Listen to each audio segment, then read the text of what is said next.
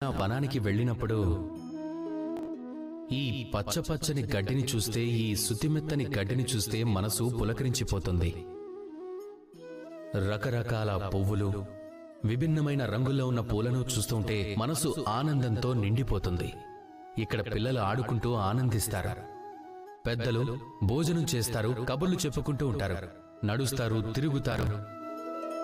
ఇక ఆలోచించండి, ఈ ఉద్యానవనాన్ని నిర్మిస్తున్నప్పుడు ఆ సమయంలో ఒకవేళ మట్టిని సరైన పద్ధతిలో తవ్వకుండా ఉంటే, ఒకవేళ అందులో విత్తనాలను సరైన రీతిలో నాటడం జరగకుంటే, ఆ సంఘర్షణే లేకుంటే, అప్పుడు కష్టపడకుంటే, ఒకవేళ నడుస్తున్నప్పుడు కాలికి ముళ్ళే గనక గుచ్చుకోకుంటే, ఈ అందమైన ఉద్యానవనాన్ని చూసి మనం ఆనందాన్ని పొందగలుగుతామా? అస్సలు పొందలేం.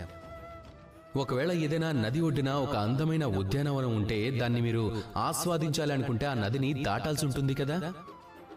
ఒకవేళ మీరు సుఖమనే నది దగ్గరికి చేరుకోవాలనుకుంటే ఒడ్డున ఏ ముళ్ళున్నాయో వాటితో సంఘర్షణను కూడా అనుభవించాల్సి ఉంటుంది. ఒకవేళ ఈ ప్రపంచంలో మీరు సుఖం పొందాలనుకుంటే, ఆ సుఖమైన యాత్ర ప్రారంభమయ్యేది సంఘర్షణతోనే.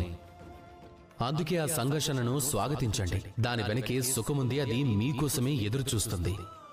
ఇక నవ్వండి, అలాగే నాతో పాటు ప్రేమగా చెప్పండి, రాధా కృష్ణ.